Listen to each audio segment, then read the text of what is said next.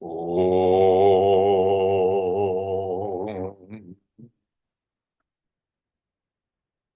Om. Om.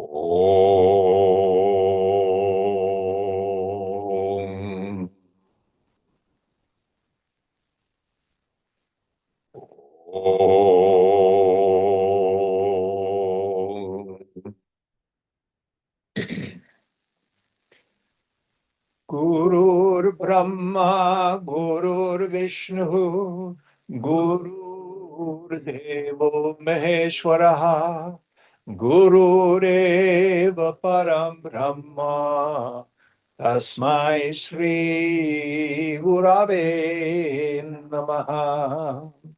Chinmayam Vyapyat Sarvam Trilokyam Sacharacharam Tatpadam Darshitam Yena Tasmai Shri Gurave Namaha.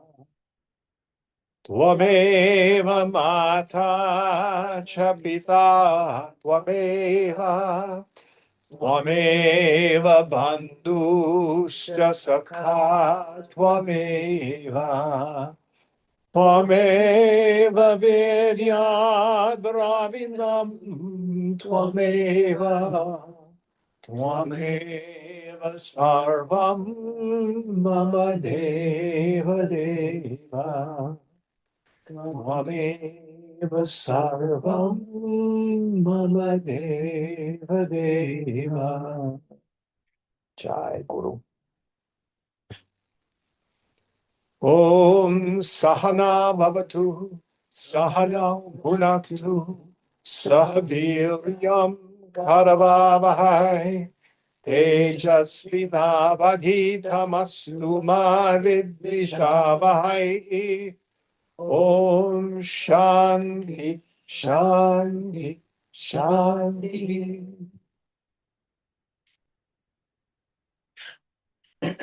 So before we get into the text, let's go around and share our names because we have people who haven't been here in a while and some new people.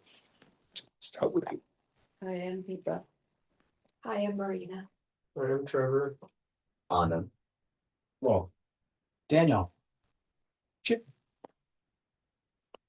So we're in chapter 10. What verse are we on this evening? Verse 29. 29. So this is a challenging chapter. So let's catch people up who haven't been here before. I struggled with this chapter in the beginning because the teaching is, well, God, Krishna, is in everything. But in this chapter, we've got the whole thing of, well, Krishna is superlative. You know, he's the sun among solar planets. He's Om among words. You know, he's Vyasa among sages. You know, well, what about the rest? And what it's really about is what we would say in Western thought is the theology of aesthetics. Let me give you a real live story. So 2 weeks ago, some friends and I went to UC Berkeley. So the UC Berkeley Symphony, Chorus, and Orchestra, which is students and pickup community people, did the Beethoven Ninth Symphony. That was a great piece of music. And what I can say is they gave it the college try. You know, I really, really enjoyed their effort. Not going to say more about it. Now, going back to June of this year, the last concert I went to at the San Francisco Symphony was the Verdi Requiem, an equally great piece of music to the Ninth Symphony.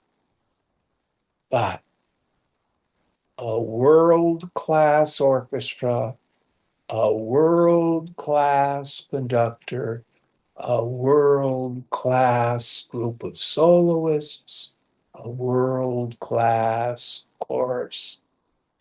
And it opens with this, it's the Requiem Aeterna section. And then all of a sudden, bum, bum, bum, bum, and the DA series starts. And it was so powerful and so wonderful. I just burst into tears. You ever had that happen at a concert? They were way up there. Have you ever been to a museum? I can remember my first time going to the National Gallery in Washington, D.C. And there's one Leonardo da Vinci painting in all of North America. It's called the Ginevra, done in the same style and around the same time as the Mona Lisa. And I was just moved to tears by its beauty. Or sometimes you can go out to Ocean Beach and see a sunset. I call it when the mad painter is at work. And if somebody actually painted a picture with clouds in the sky and all that color and beauty and stuff, I mean, they'd say it was trashy, but it's just incredibly beautiful. Or sometimes when you see something that's so beautiful, you're just stunned into silence. Who's had that experience? What does it do to my mind? So when we have these peak moments, and it can be in any field of experience, it can be art, it can be music, it can be literature, it can be a great idea. It stops my mind. Meaning most of us run around with a low-grade mind state of restlessness. And when we get these moments, I just go, oh, and I experience a great joy, a great bliss. The person in ignorance thinks it's the great music, the great work of art, the great poetry, the great spiritual idea, the great mathematical formula. But what's really happened when the mind comes in contact with the object of desire for a moment, all of its restlessness stops. And I get a taste of my own swabhava, my own self nature. Technical term for this is Vishaya Ananda, the bliss of the self through the sense objects. So what Krishna has done is he's listed all these various things in the world and marked out the best of the best in each.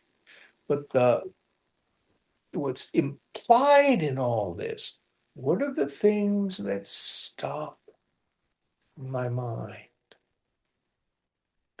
And what the practice is that's implied is own our ananda. We have to not only own our dukkha, our suffering. When I'm suffering in the world, why am I suffering?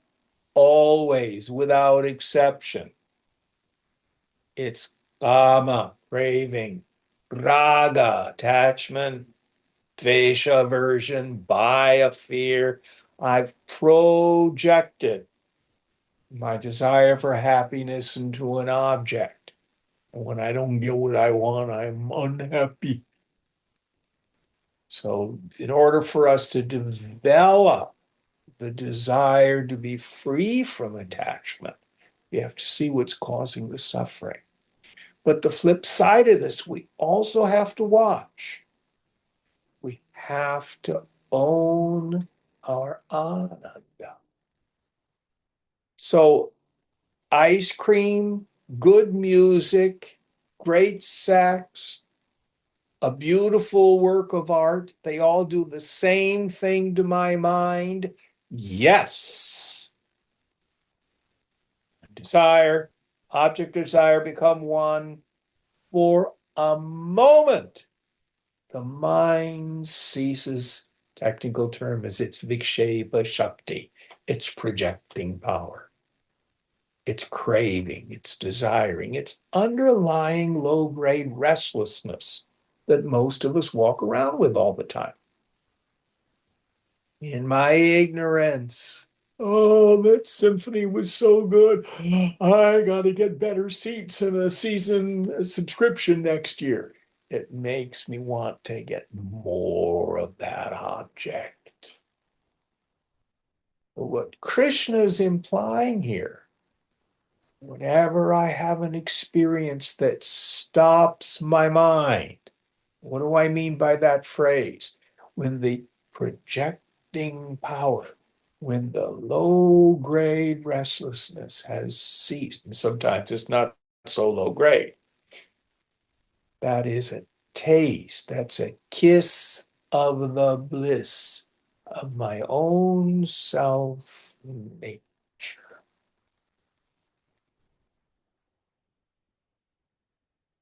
So it doesn't mean that Krishna is only in the sun and not the moon and the stars, etc.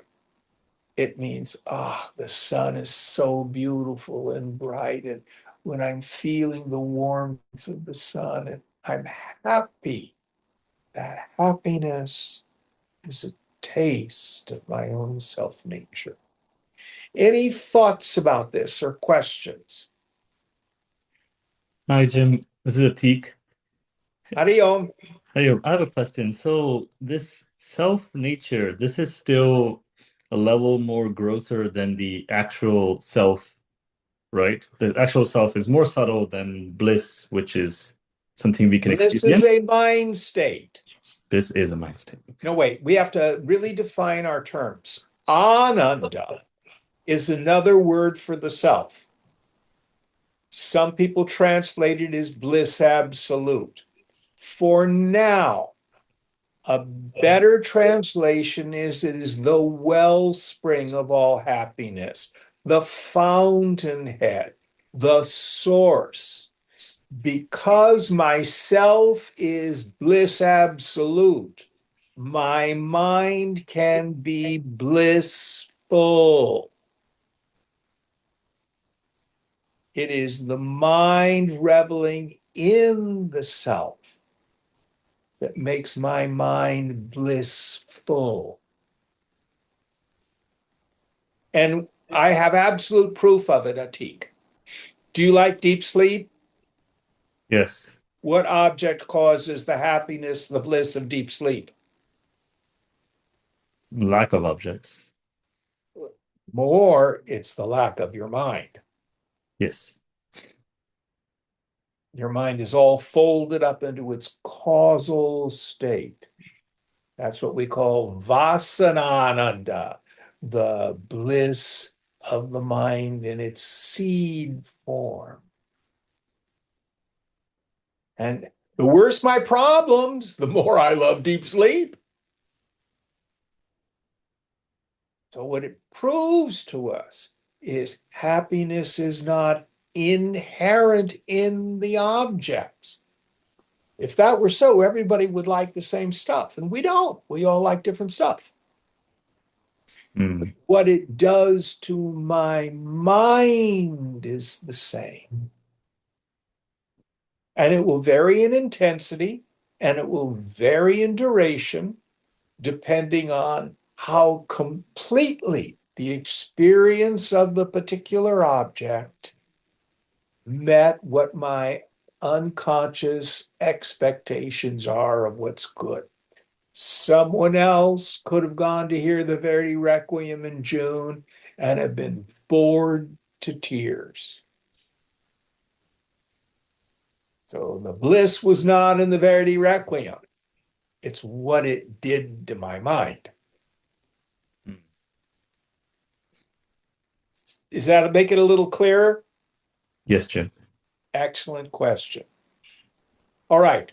Anybody have any more questions about the underlying thing? Otherwise, we get this list of superlatives and think, what's this about? And it's poetry and it's metaphor and it's talking about whatever is the best of the best that has the potentiality of stopping my mind.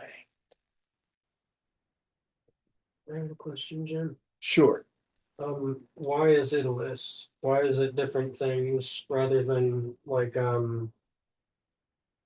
why is it a list of many things? Is it the repetition that's significant, or is No, each it's one- because we all like different stuff. Okay.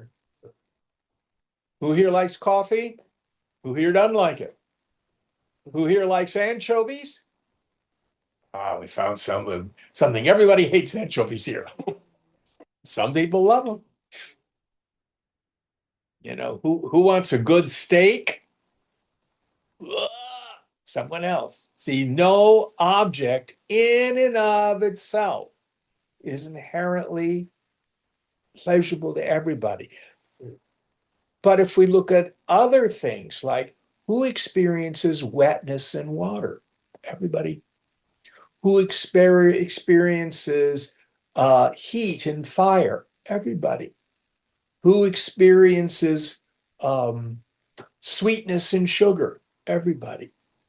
But we can't say that we all experience pleasure or happiness from the same experiences. So what is it that has pleasure or happiness as its inherent nature? Oh, it's myself. Is that a little clearer? Yes. Okay. There was one more question. Right Okay. after me, there. Would you say that because it brings your mind to the present moment versus the past or the future? That's part of it. But you can be in the present moment without realizing that this is actually my essential nature. Did that make sense? Yes. Yes, because Krishna is always experienced in the now. The past and the future are just imagination. They don't really exist. If you think, what did I do this morning? Well, all you could do was have a memory, which is a kind of thinking. In a sense, the past is unreal. What are you going to do tomorrow? All you can do is make up stuff.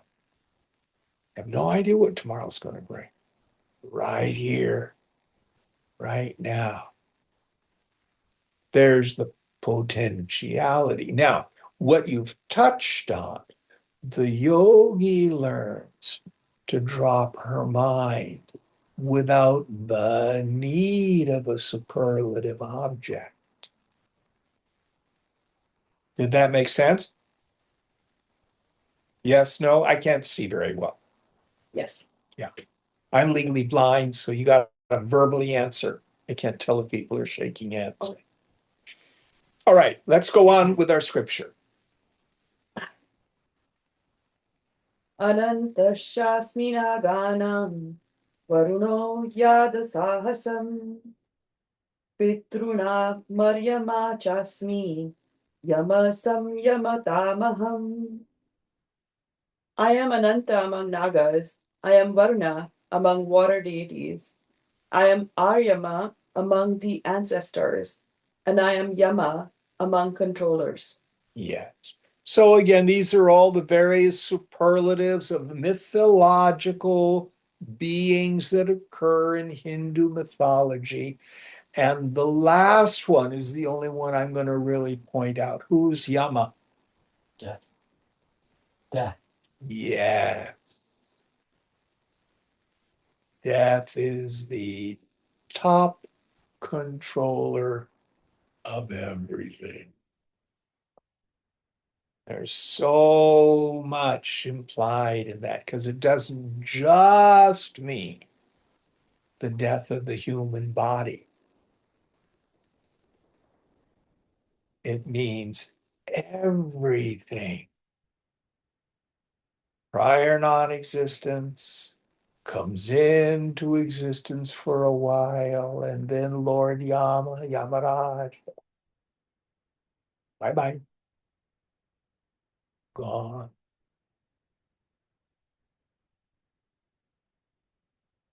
So to try to control the permanence of the phenomenal world is like trying to do battle with waves coming in on the shore. Next verse.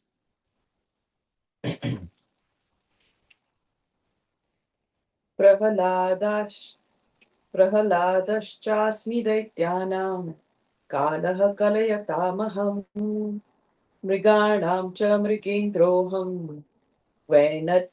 वैनतेयश्च पक्षिणाम्.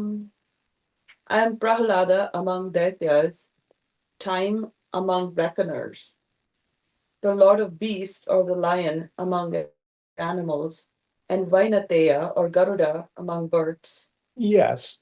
So what was the first one again? Prahlad among Daityas. Okay, so Prahlada is again a fellow who occurs in the scriptures, another mythical being. We don't know exactly who he is. He's ends up being the king of the demons in some stories. And the second one, Time among reckoners. yes. So what is the essence of all that reckons everything in the world? Time.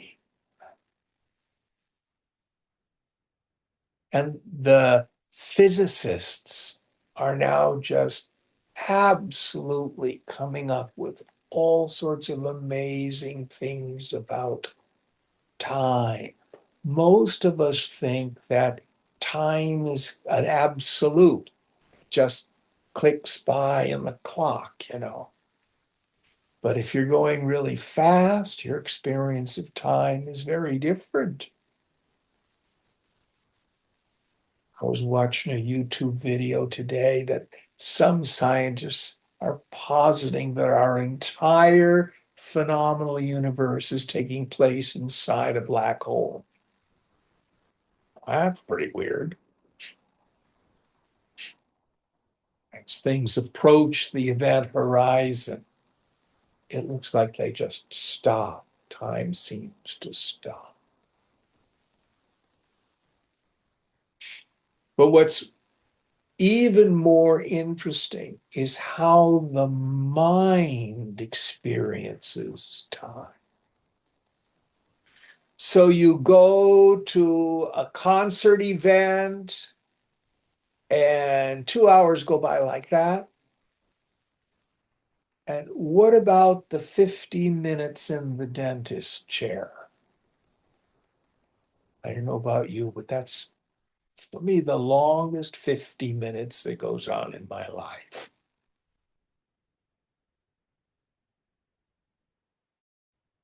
My experience of time shifts. Next idea. The lord of beasts or the lion among animals. Yes, another superlative, the king of the beasts. And the next one. And Vainateya or Garuda among birds. So Garuda is the mythical bird that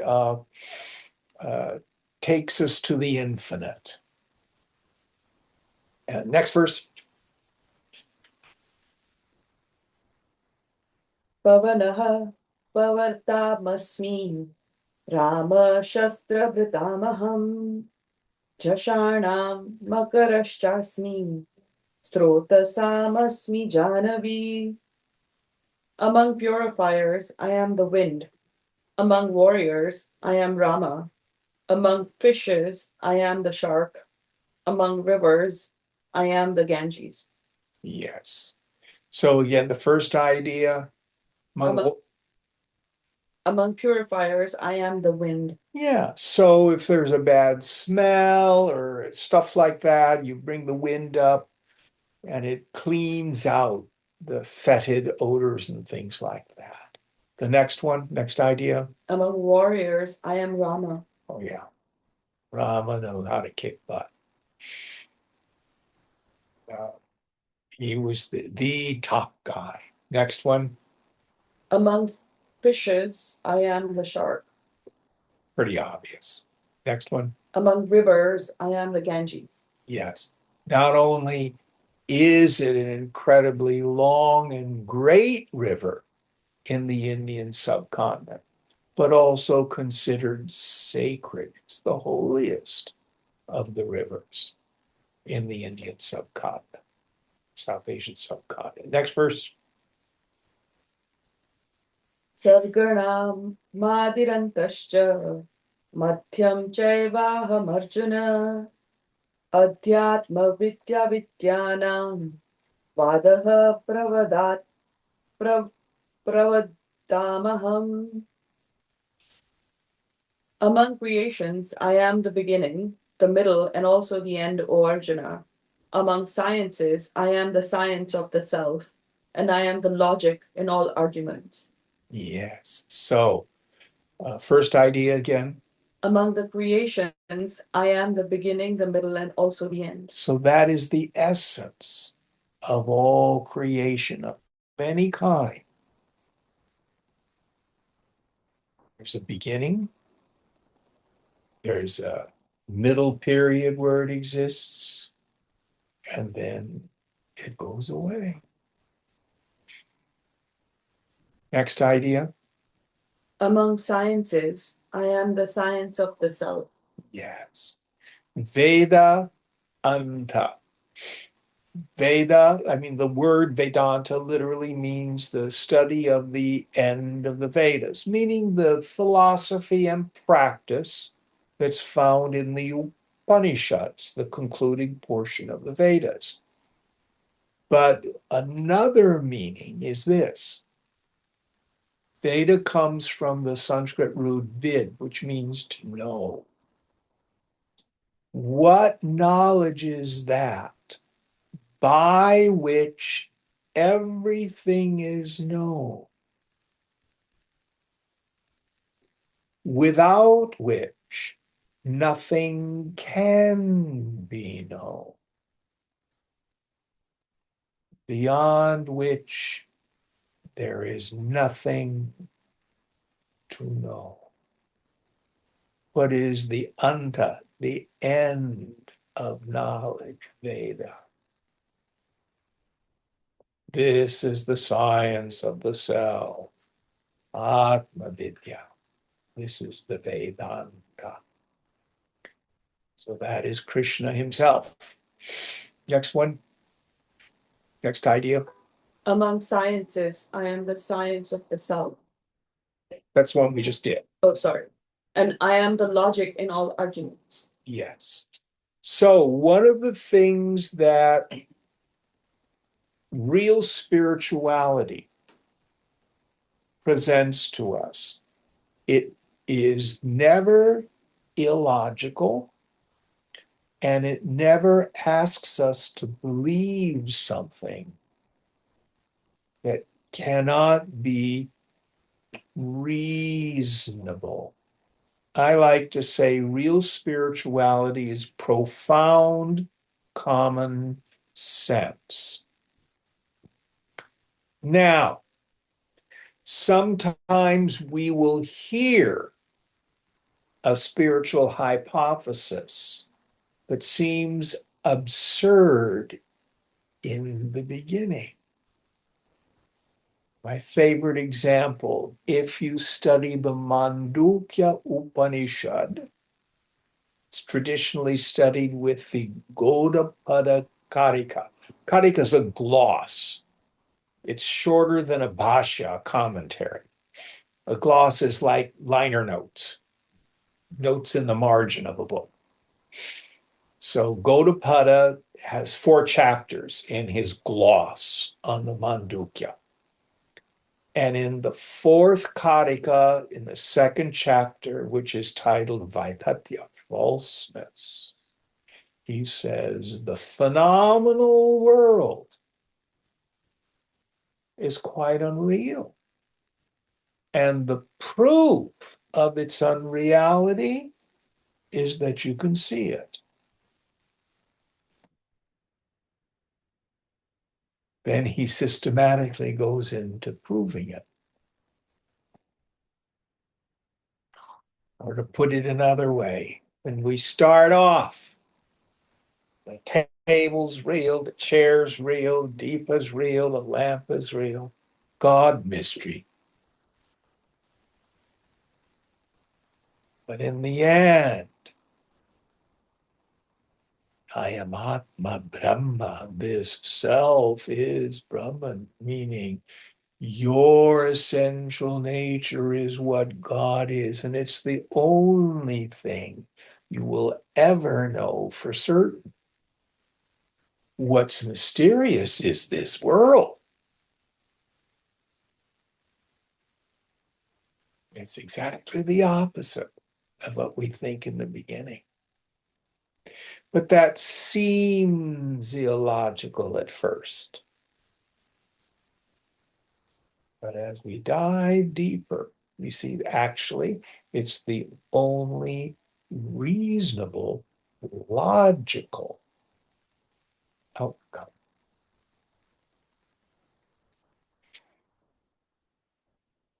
So when you hear things, oh, I was table tipping and we were talking to Konar, who's an ascended being who's going to channel through us.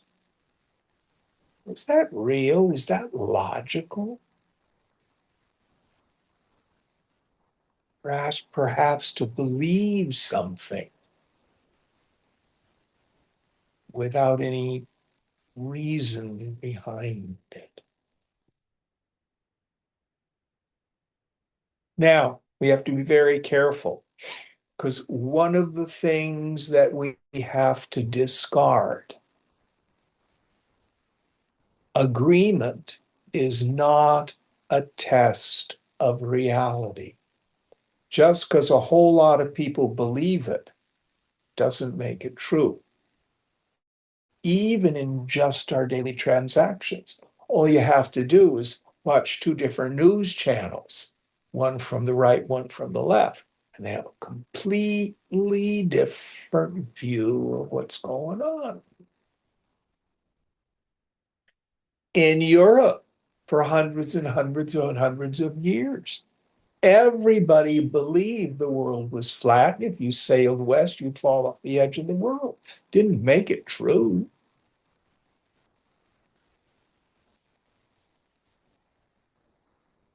So what is our test of reality? I will give you Vedanta's test for reality. I call it reality with a big old capital R. That which is never subject to negation. What do I mean by that? That which always is and is immutable. It always is what it is. And it never goes away. And the only thing that meets that definition of reality is your very self.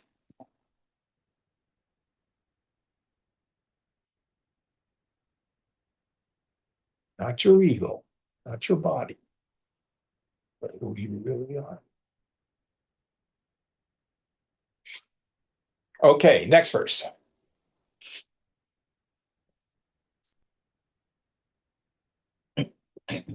अक्षराणामकारोऽस्मि द्वन्द्वसामासिकस्य च अहमेवाक्षयकालो धाताहं विश्वतो मुखः. Among letters, I am the letter A. Among all compounds, I am the dual coordinates. I am verily the inexhaustible, or the everlasting time. I am the all-faced dispenser of fruits of actions, having faces in all directions. Yes. So first, he's making some reference to some of the ideas in grammar. So if you write out Sanskrit, all the letters of Sanskrit inherently have the letter A. So example, if you write the name Rama, let's pick a different, that'll work, Rama. So that doesn't work because the first syllable is a long A. It says Saraswati. Yeah. So you don't write Saraswati like you do in English. You write sa, ra, sa, ta, but then you put the E on it. So all the various letters have a inherent in them. And even when we have the great exegesis of pranava, of Om, what's the first sound? And those are the first sound a baby makes.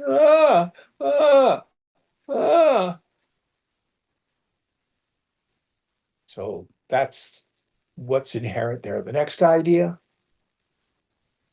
Among all compounds, I am the dual coordinates. Yes, I'm not quite sure what he means by that. In Sanskrit, unlike most Western languages, they don't have just singular and plural. They've got singular, dual, and plural. One, two, many. But I'm not sure why he makes that the ultimate. I forgot. Would it help if I read it without the parentheses? Among all compounds, I am the dual. Meaning this and that. Meaning maybe, I don't know. I don't know either. Going on to the next idea. I am verily the inexhaustible, or the everlasting type. Yes. So time,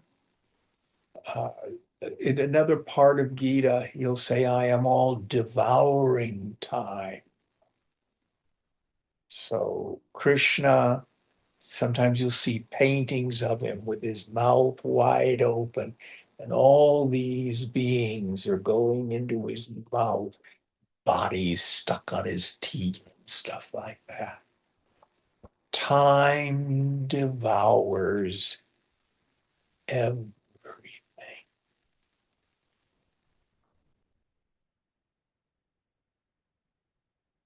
Now, one of the things to do with that, some of you are quite young.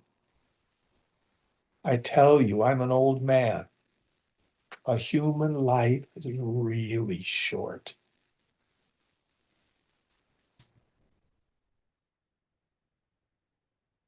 I have far more yesterdays than tomorrows.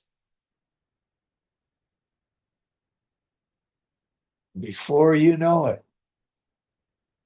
your mind will say, I can't believe it's almost over. Wow, it went by so fast. Well, this isn't a rehearsal. This is your life. It's precious. Don't waste time in regrets, revenge.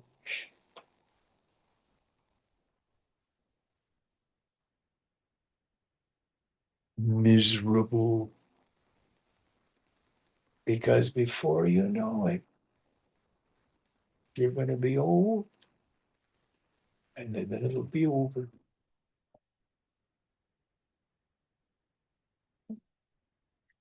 So that's the end of that verse. There's one more. Okay. I am the all-faced dispenser of fruits of actions, Ah. having faces in all directions. So, one of the things that many of us need to really understand about this world and our individual place in it is the law of karma. Now, we talk about good karma, bad karma. That's really just a human superimposition. What we need to know about karma, and it exists on a gross level, our actions, and on a subtle level, by our feelings and thoughts and intentions. But the easiest way that I know to explain it is if you take a pebble and you drop it into a pond, and the ripples go out to the edge of the pond, and then they come back. And you know, the waves aren't punishing us. We're not punished by God. In yoga, we say you're not punished for your sins, you're punished by them. Understand whatever energy you put out, gross and subtle, will return to you.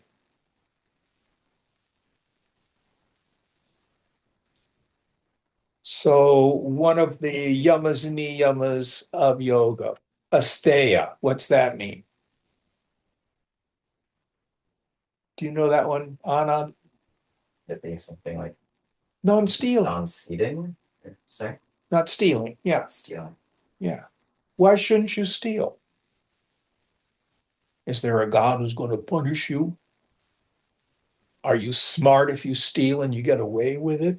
The police don't catch you. Why shouldn't you steal? Think. What's the law of karma say? You don't want it to happen to you. Duh. Yeah. If you steal, you will be stolen from. Some people have a difficulty telling the truth. Oh, they're just white lies. I'm fibbing.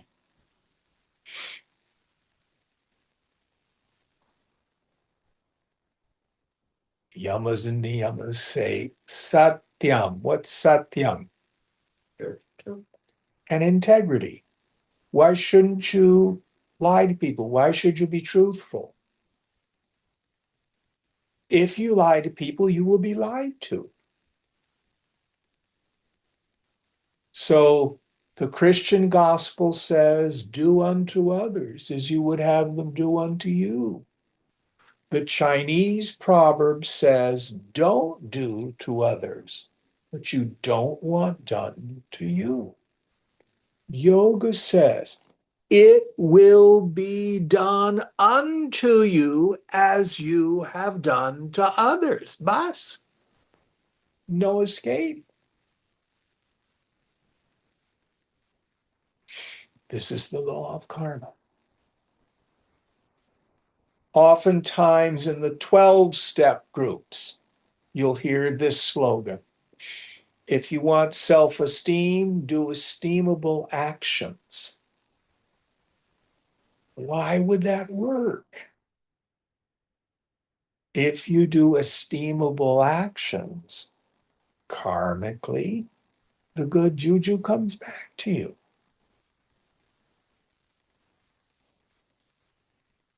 Be kind, be generous, be truthful, be loving. Who can tell me what titiksha is? Forbearance, Forbearance. What's the definition? the willingness to stick with it through hard times. Hmm? The willingness to show up every day through hard times. Through hard times without the need for redress or revenge. I remember I had a student and she'd had a unfortunate love affair.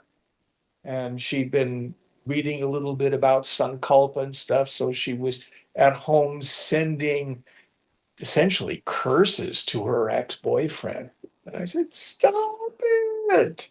You're going to make yourself sick because that energy comes back. This is the reason when we do good, be good, smooths out our journey through life. Now, there are all sorts of other things. Fighting for peace is a contradiction in terms. It's like fornicating for chastity. All sorts of things we do in this world without understanding the great cosmic law of cause and effect, karma. All right, going on.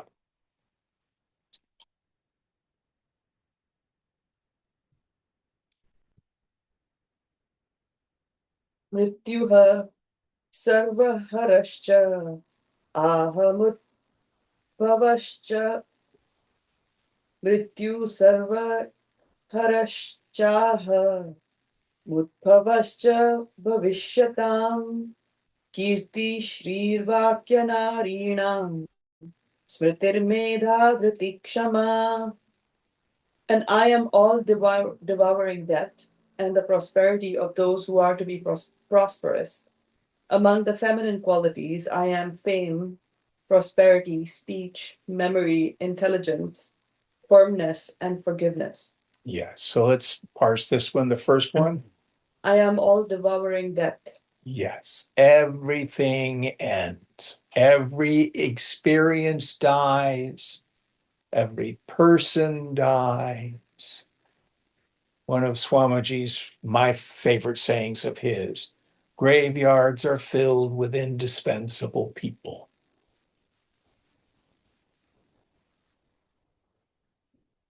Death comes for everyone and everything. Don't cling. Next idea.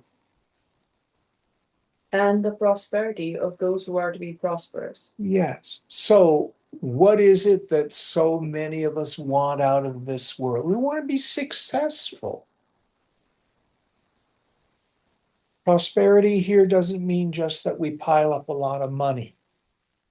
Prosperity means if I'm going to go through all the trouble to do a food video program, you want people to see it. You want it to be successful.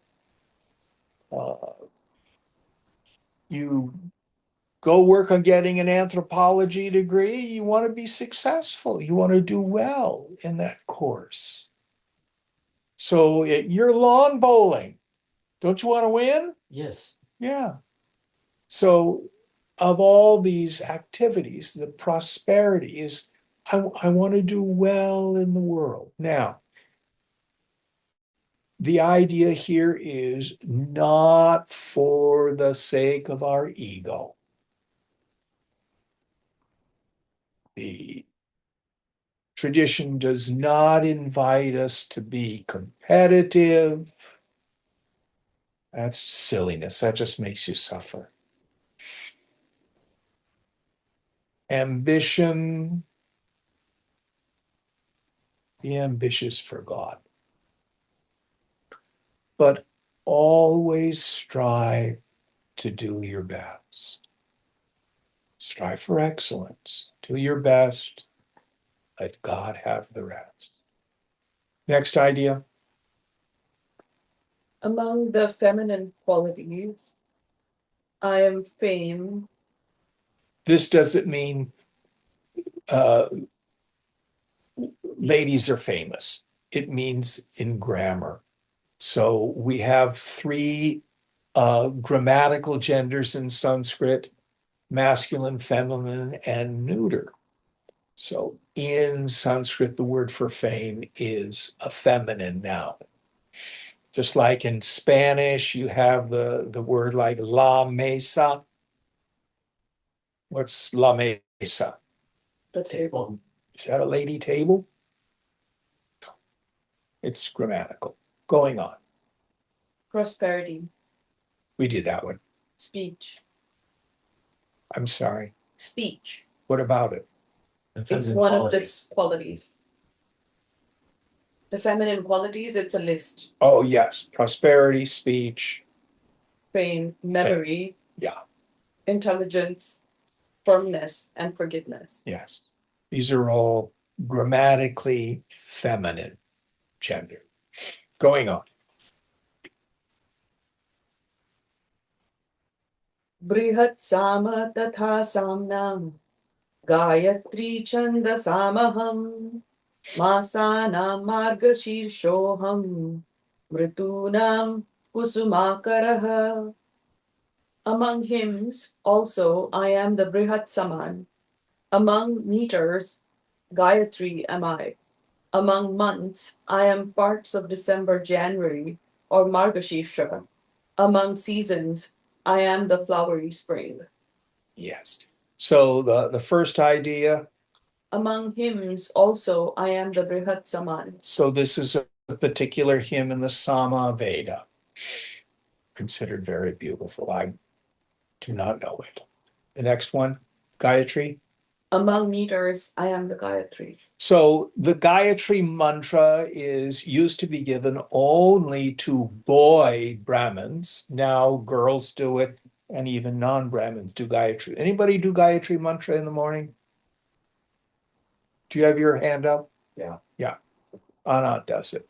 So it's also a meter. It has 8 syllables in it, except for one of the lines which only has 7, which I've never been able to figure out. But so he says here among meters.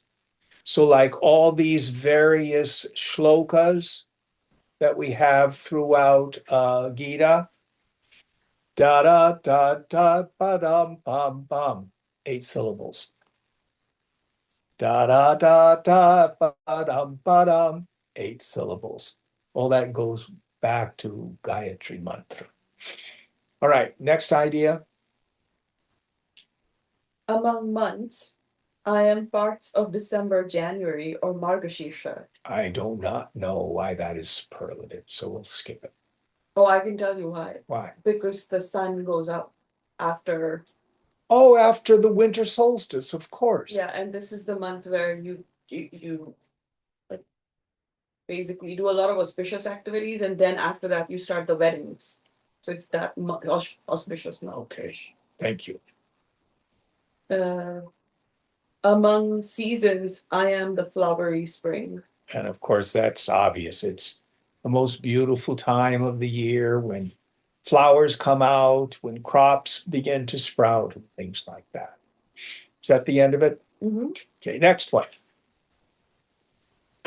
I'm sorry. Dhutam chalayatam tejasvinamaham jayosmi vyavasayosmi sattvam sattvavatamaham. I am the gambling of the fraudulent. I am the splendor of the splendid. I am victory. I am the industry in those who are determined. I am the goodness in the good.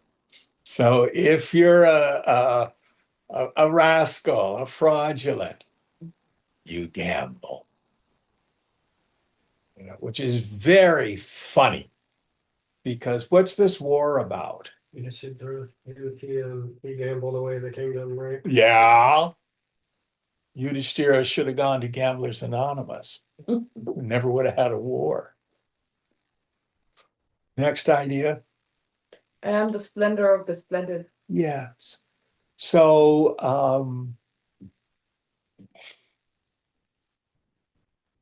what do we mean by splendid? It could be, a beautiful room. It can be a person, uh, someone who dresses really well. Um, on YouTube, they're always making a big fuss over the Princess of Wales, Catherine, her dresses. They're splendid, I'm not into fashion, but keeps going by. All right, going next idea. I am victory. Yes. So here, what is the best thing, the outcome for this war? Not a truce, but a victory.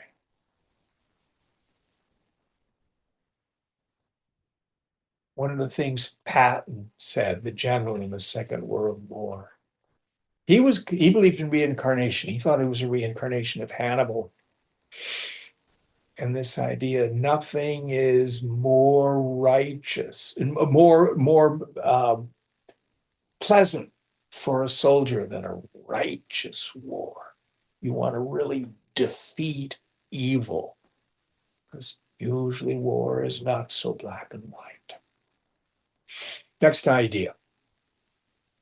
I am the industry in those who are determined. Yes. So the self-effort, the industry for us to be able to accomplish things. You may have friends who just their get up and go, got up and went. And they just have a hard time starting things. And if they start things, they have a hard time finishing things. You or I may have that issue at times. And antithetically, we may know people who have enormous discipline. They're able to be industrious and complete tasks and get things done. Next idea. I am the goodness and the good. Yes. Very self-explanatory. Next one idea. That's it. Next verse.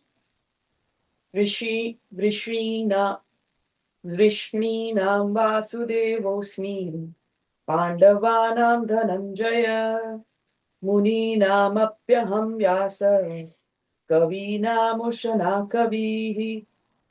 Among the Vrishnis, I am Vasudeva. Among the Pandavas, I am Dhananjaya. Among the Munis, I am Vyasa. And among the poets, I am Ushana, the great seer. Yes. So here he's again talking about who is the best among these very categories. So did he say Vyasa there? He did. Yeah. So he's tooting his own horn. The guy who wrote the poem was Vyasa. So going on.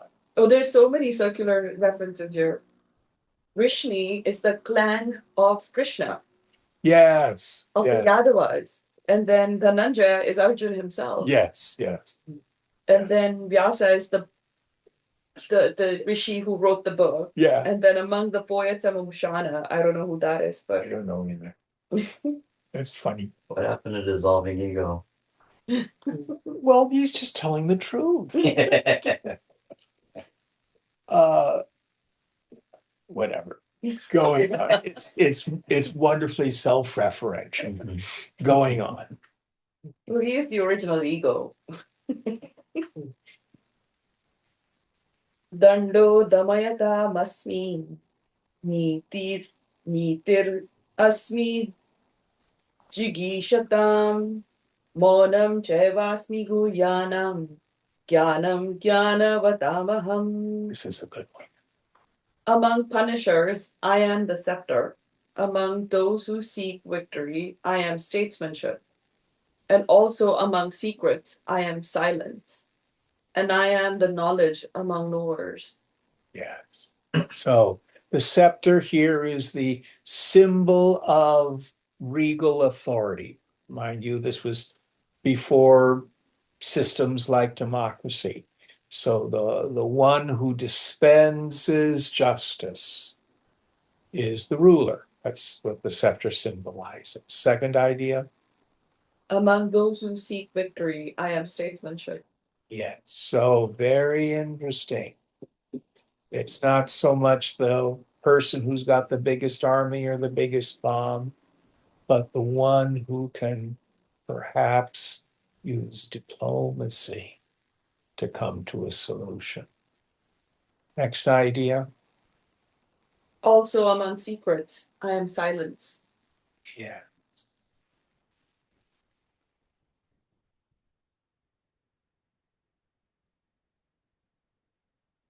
Anything we might say about the Raja Gulyam, the royal secret? It's just words.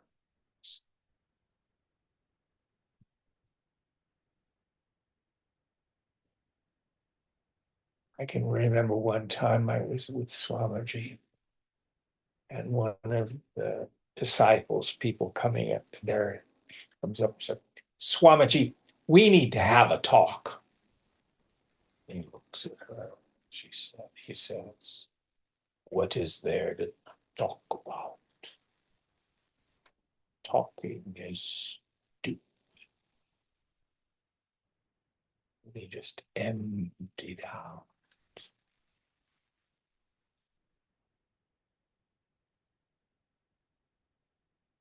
Her mind right away.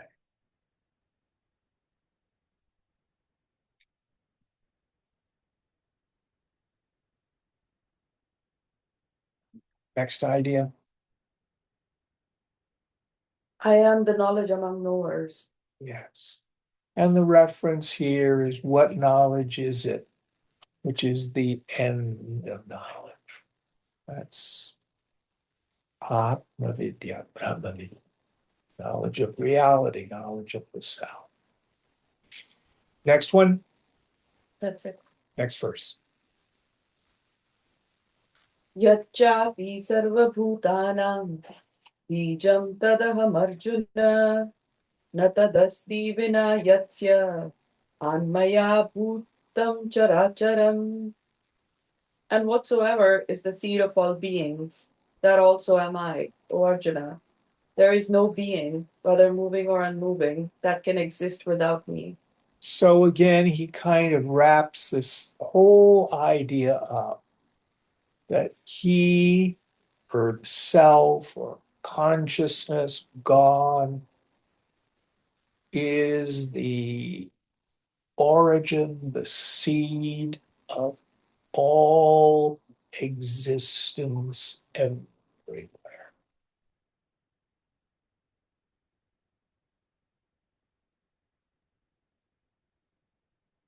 Nothing is outside of consciousness.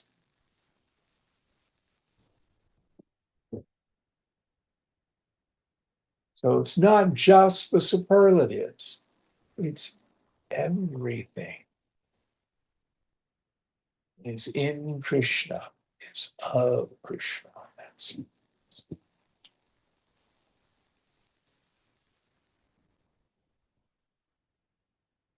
next one.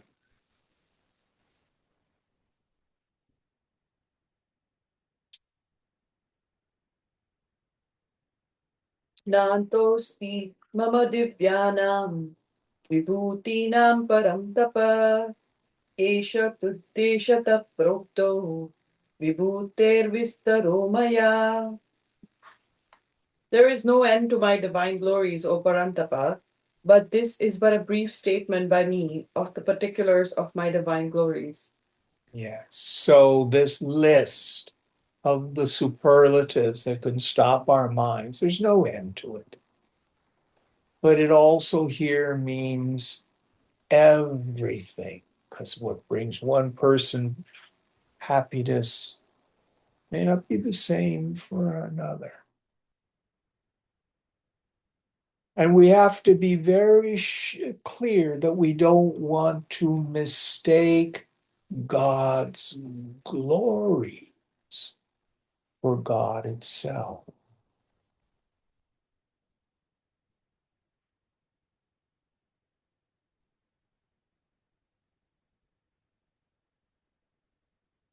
Don't mistake the giver for the gift. Some of us get extroverted into the beauty and the glory of life itself. Nothing wrong with that. Those are the gifts. Don't forget who or what is the giver.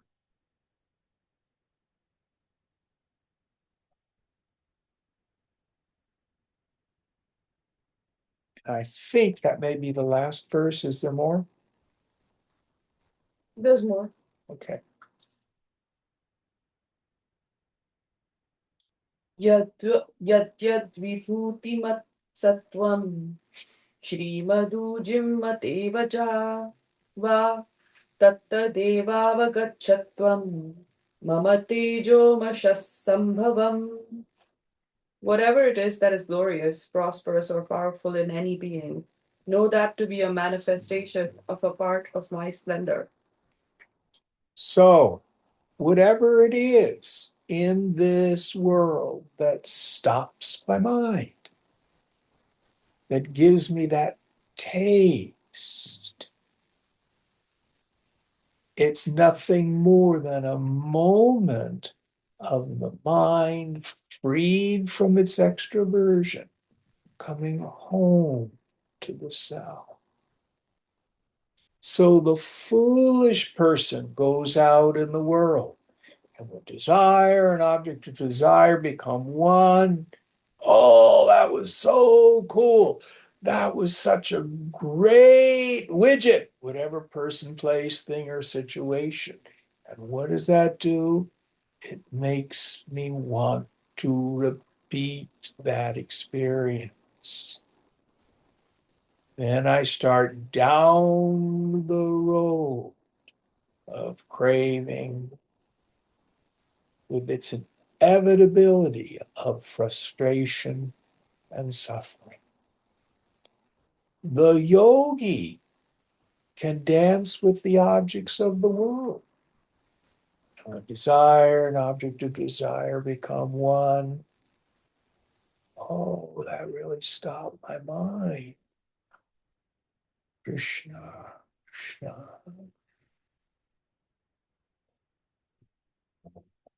So this whole chapter implies a practice. Sakshi Bhava, watch your mind. Pay attention not only to the suffering. When I'm suffering, my mind will tell me I'm suffering because I'm not getting what I want. Yoga says I'm suffering because I'm stuck wanting. Also, pay attention to the satisfaction.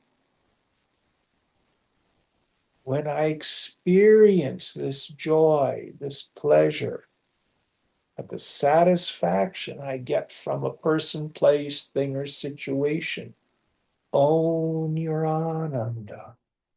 That's a taste of your own self-nature.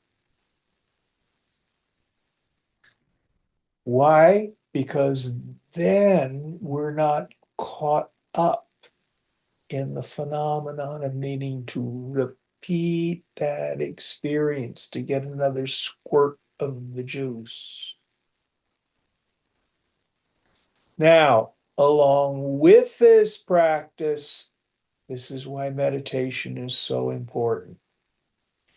Even if only once in your meditation, your mind has an experience of deep peace. We're not caught up in the externals.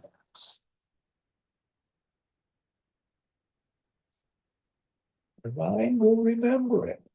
The same passion that would drive us into the objective world will now start to drive us towards the self.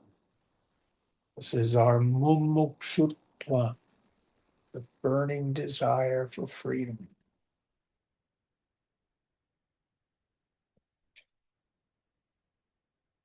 No more useful practice than as I move through the world to pay attention to my suffering and to pay attention to what makes me happy.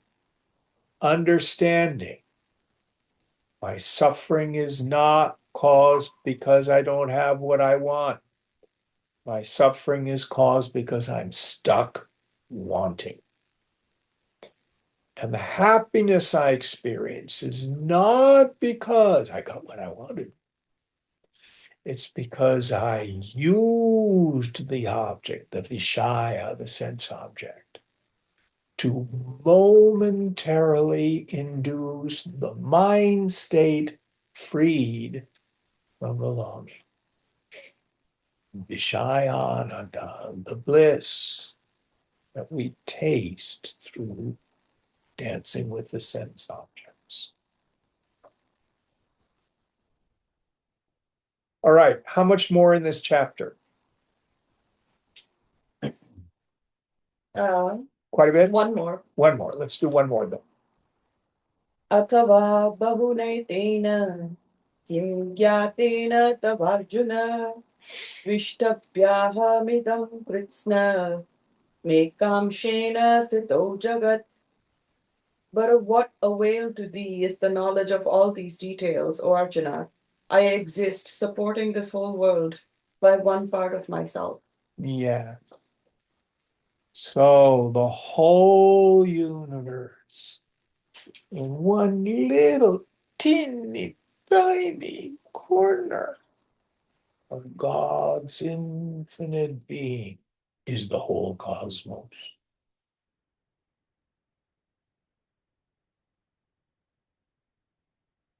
Just like your one undivided mind is the context, the support, everything in the dream. So also, Brahman, Krishna, consciousness is the context, is the support of all this. Now there's a little Upanishad. Om Tat Saditi Srimad Bhagavad Gita Supanishatsu Brahma Vidyayam Yoga Shastre Shri Krishna Arjun Samvade Vibhuti Yogo Nam Dashamodhyayah. Thus, in the Upanishads of the glorious Bhagavad Gita and the science of the eternal, in the scripture of yoga, in the dialogue between Sri Krishna and Arjuna, the 10th discourse ends entitled The Yoga of Divine Glories. Vibhuti Yoga. And the glories. All right, we'll end here. Om Purnamada Purnamidam Purnat Purnamudachyate Purnasya Purnamadaya Purnameva Vashishyate. Om Shanti Shanti Shanti. Hari Om Shri Guru Namaha. Hari Om. So the Upanishad mantra that we ended with is a summation of this whole chapter. Purnam Adaha. That, meaning ultimate reality, is Purnam, full. Purnam Idam. Sarvam Idam. Idam is shop talk. It means this, it means the phenomenal world is also full. Purnamada Purnamidam Purna Purnamudachyate. From the fullness of that, the fullness of this issues or proceeds forth. Purnasya Purnamadaya, when from the fullness of that, the fullness of this is taken away. Purnam eva avashishyate. Purnam, fullness alone still remains. The 10th chapter. All right, well,